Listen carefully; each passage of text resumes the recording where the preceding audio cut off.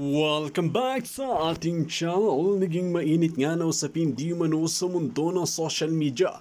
Tila hindi na nakapagtimpi si Vice President Sara Duterte sa patuloy na paninira ni Risa Hontiveros at Franz Castro na talagang pinagmumukha nga na walang alam si Vice President Sara Duterte at mukhang pera nga raw ito. Dila sabi pa nga ni Risa Hontiveros na trabaho lang, walang drama-drama.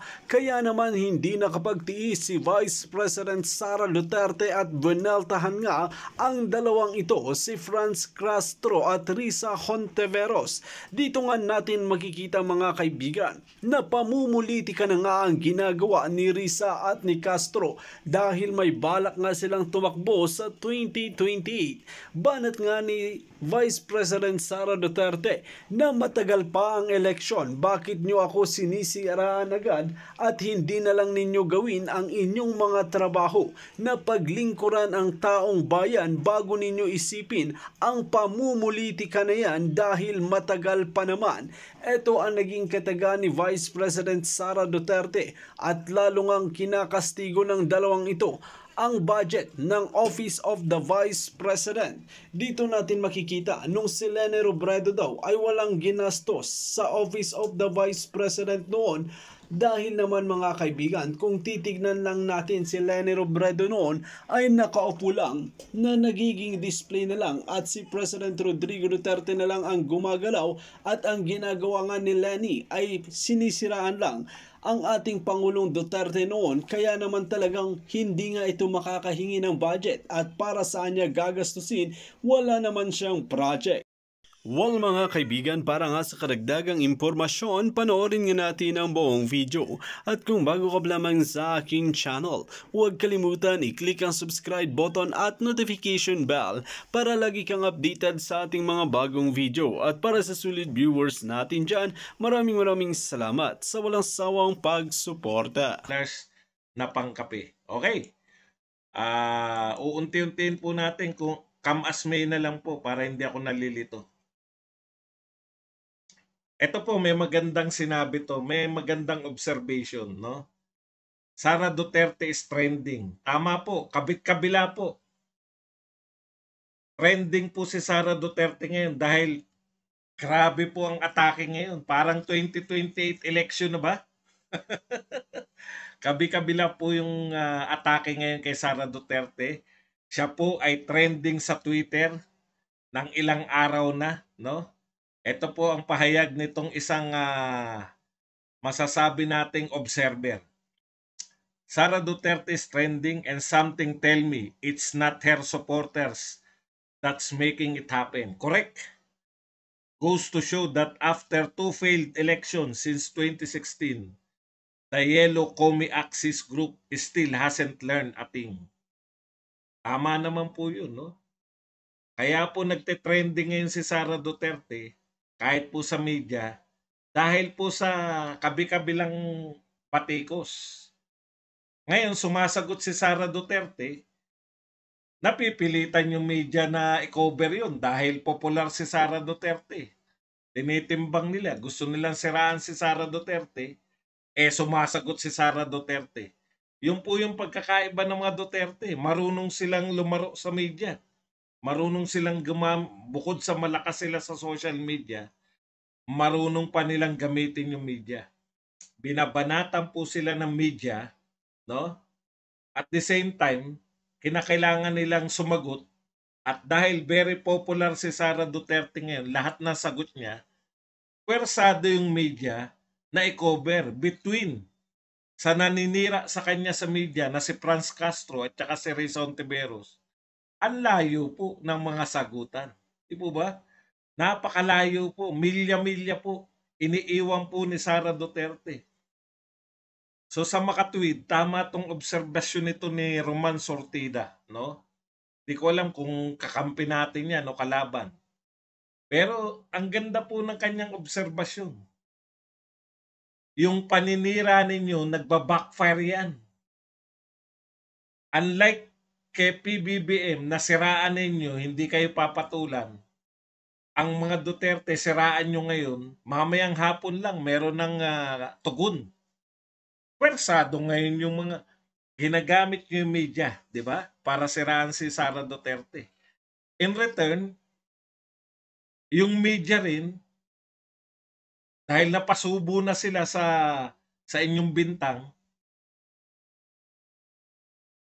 pwersado sila kahit ayaw man nilang i-feature, ayaw man nilang i-promote si Sara Duterte, napupwersa sila ngayon na ilabas yung mga sagot ni Sara Duterte.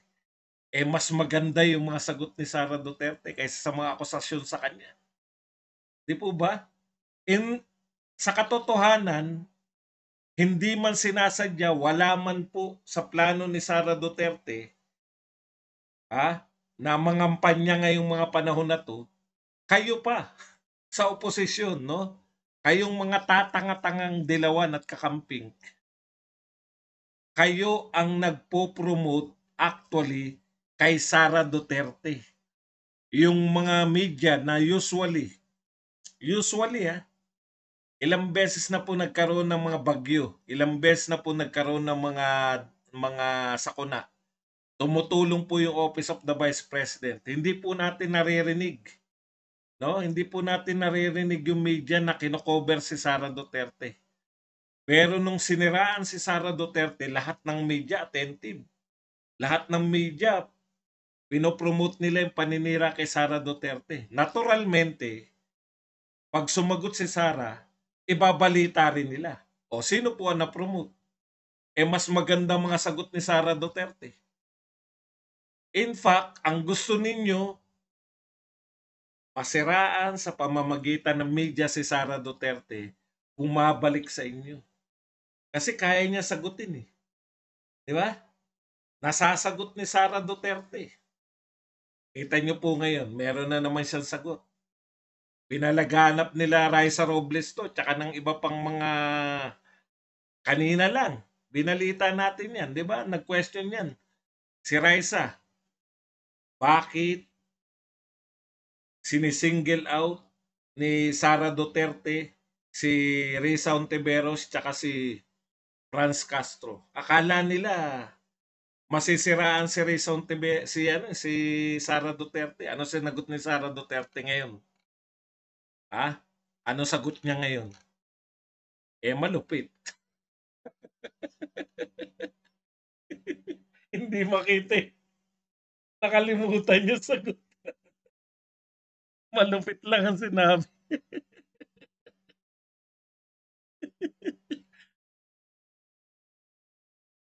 Ano po ang sinabi nila ngayon ni Sara Duterte ngayon?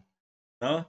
Ang sabi po ni Sara Duterte, kaya ko sila siningil out because I do not respect Miss Castro and Miss Ontiveros.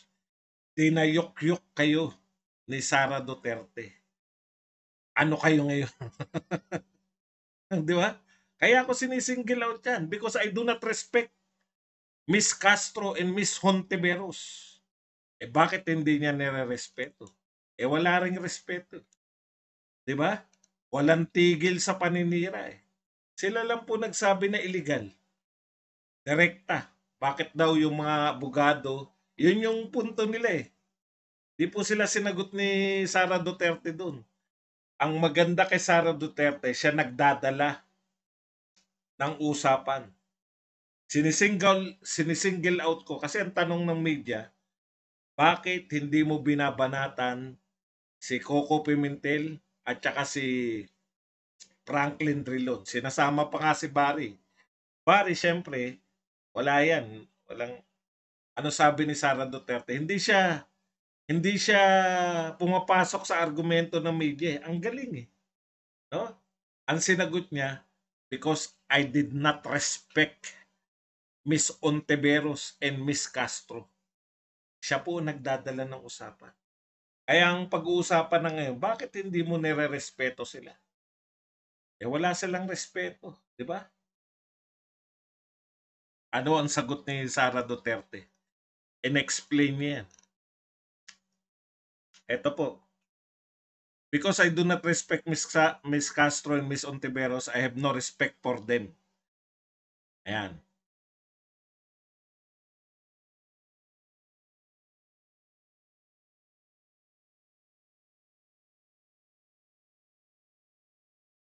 Ito po, sagot niya, no? If sabi ni Ontiveros, ito sagutan na naman to, 'di ba? You're not special. Alam nyo, nakakarindihan you're not special ni Ontiveros eh. Tinignan ko po yung meaning. Merong meaning ng special, unique. Ano po ba ibig sabihin na unique? Bakit po special si President Marcos at si VP Sara? Ilan po ba presidente ng Pilipinas? Ilan po ang vice president? Isa lang po. Isa lang po sa buong Pilipinas. Hindi pa rin ba special sa inyo yan? Ano special sa inyo? Okay, ikalawa. If you're so confident about those confidential funds, then defend them publicly.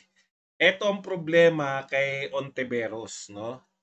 Ang sinasabi natin, saan ba kinokontra niya sarili niya eh. Ang sinasabi niya nung una, bakit nagtatrabaho, nung sinabihan siya na mahilig ka magdrama, di ba? Sinabi sa kanya ni Sara Duterte, ang hilig mo magdrama. Tapos, hindi ako nagdadrama, sabi ni Ontiveros, hindi ako nagdadrama. Nagtatrabaho lang ako. Kung confident ka dyan sa sinasabi mo, bakit hindi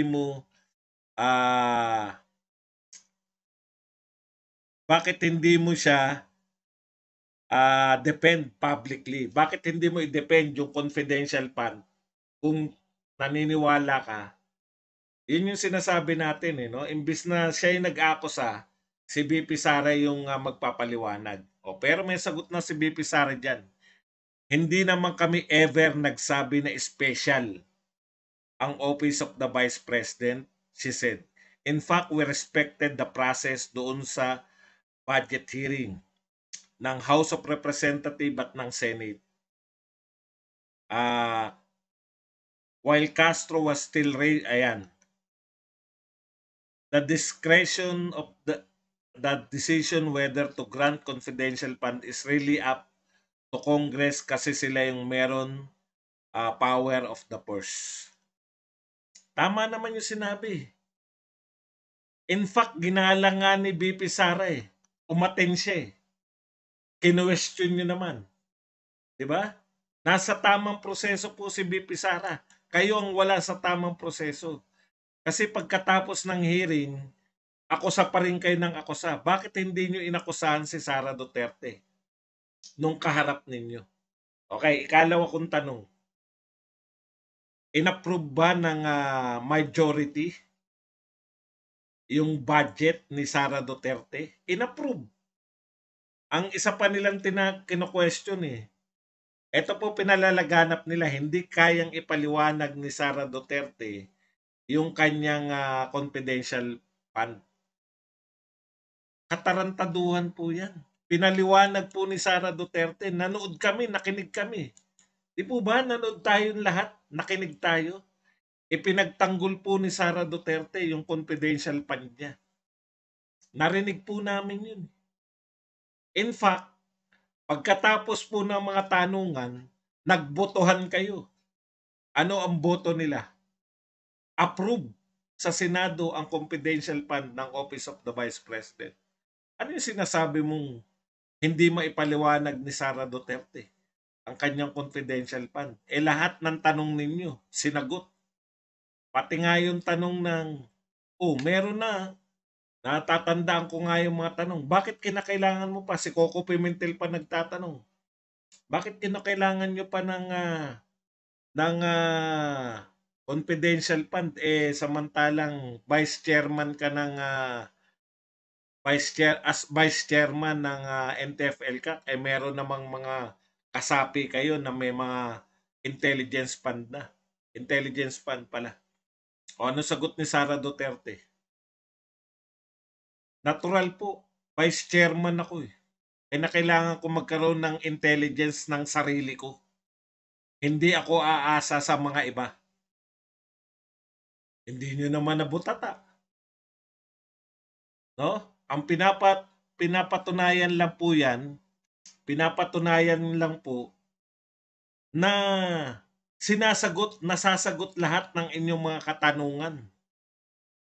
Yun po ang patunay nun. Naalala ko pa yung mga tanong nyo eh. O yun yung isang mabigat na tanong dun. 'Di ba? Ang punto ni ano, tapos tinanong nyo rin. Saan nyo ba ginagamit talaga yung confidential fund sa Office of the Vice President? Sinagot kayo. May nagpapanggap na siya ay tauhan ng Office of the Vice President. Nakakulong na ngayon. Kakasuhan nyo na.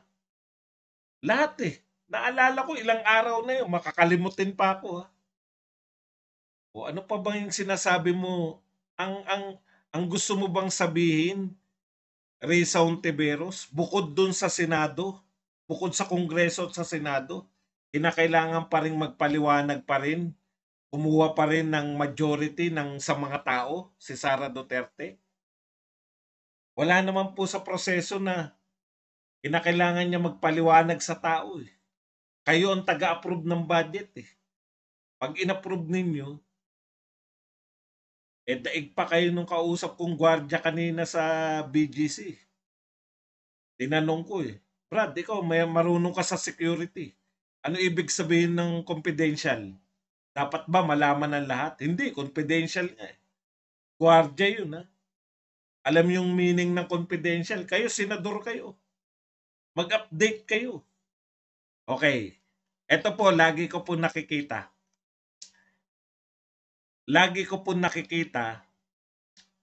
Yung mga salitang yung mga salita po na natural, busisiin yan. Bubusisiin yung confidential fund. Dapat busisiin, sabi ng mga talunan, mga kakamping at dilawan at mga makabayan. Dahil yan ay pera ng taong bayan. Ang ano nila, no? Lagi nilang ginagamit yung taong bayan para siraan si Sara Duterte. Natural. Parang natural sa kanila na ikatwiran yung taong bayan. Total, ginagamit nyo yung taong bayan. Madalas. Para siraan si Sara Duterte. Ito po ang tanong ko sa inyo. Malinaw po itong tanong na to. Si Sara Duterte po ba binoto ng taong bayan?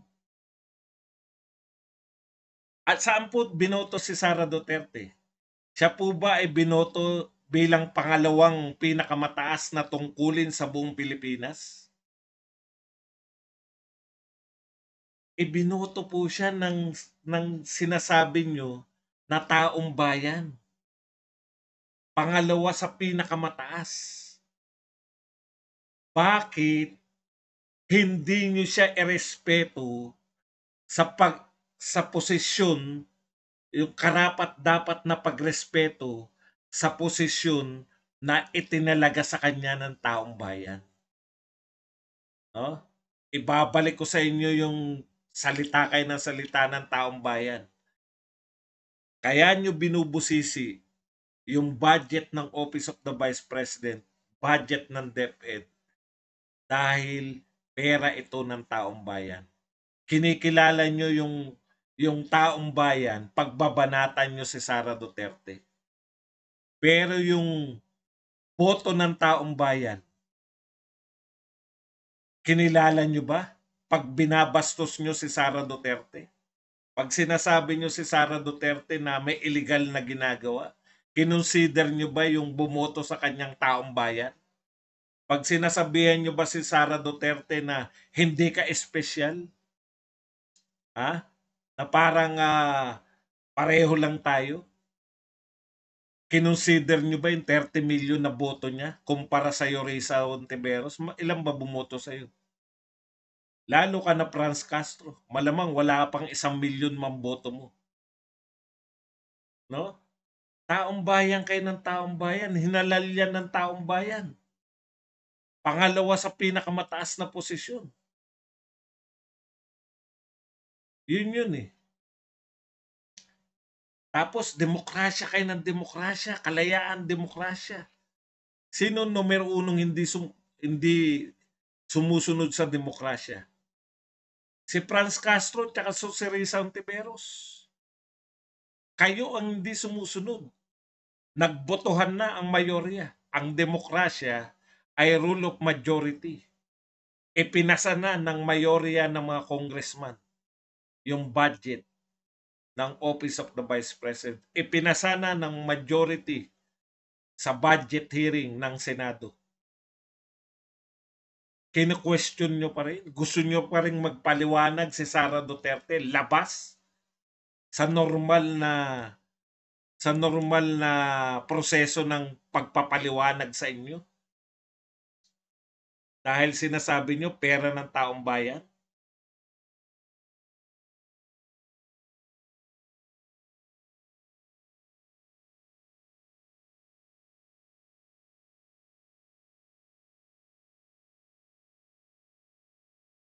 Hindi po one way yung taong bayan. Hindi po nyo pwedeng gamitin ng taong bayan para pang-atake sa mga ibinoto ng taong bayan. Kung ginagamit nyo yung taong bayan, dapat nyong igalang si Sara Duterte. Dahil siya ay ibinoto pinakamataas, pangalawa sa pinakamataas na posisyon. Yun po ang ibig sabihin nun. Okay. Tignan natin, baka meron pa tayo rito.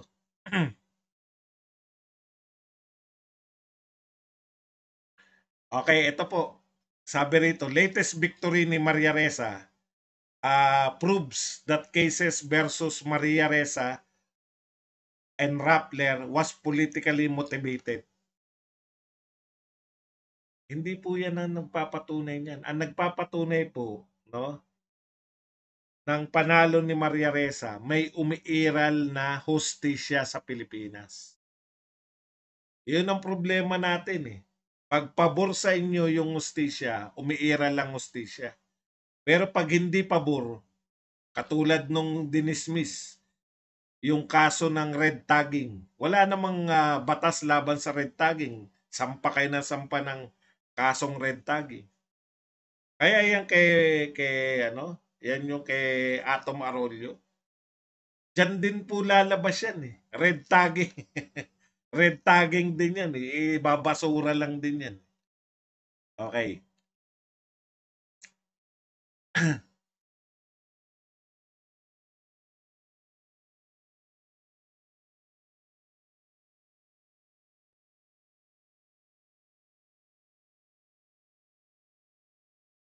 Ito po ang nakakadiring balita ngayon na nakita ko. Pinaka nakakadiri po sa lahat. Ikinakasa na po nila dahil tuwan-tuwa si Risa Hontiveros eh. Ikinakasa na po ngayon ang tambalang ito. Ayan. Hontiveros joke no para sa 2028. Tuwan-tuwa eh. Bagamat nandidiri ako, masaya po ako niyan. Hontiveros joke no for 2028. May pagtatawanan na po tayo. Well mga kaibigan, dito nga natin mapapatunayan na talagang gusto nga nilang sirain ang imahe ng Duterte, lalo na si Vice President Sara Duterte, na hindi nga gumana ang paninira nila noon. Ngayon nga ay talagang hindi ulit tinatantanan at naghahanap sila ng butas para mawala ang tiwala ng taong bayan kay Vice President Sara Duterte na hindi nila alam na kahit anong mangyari ay magtitiwala pa rin sila sa mga desisyon ni Vice President Sara Duterte. Well mga kaibigan, kung kayo ang tatanungin, ano ang inyong mga opinyon? Kanino kayo maniniwala?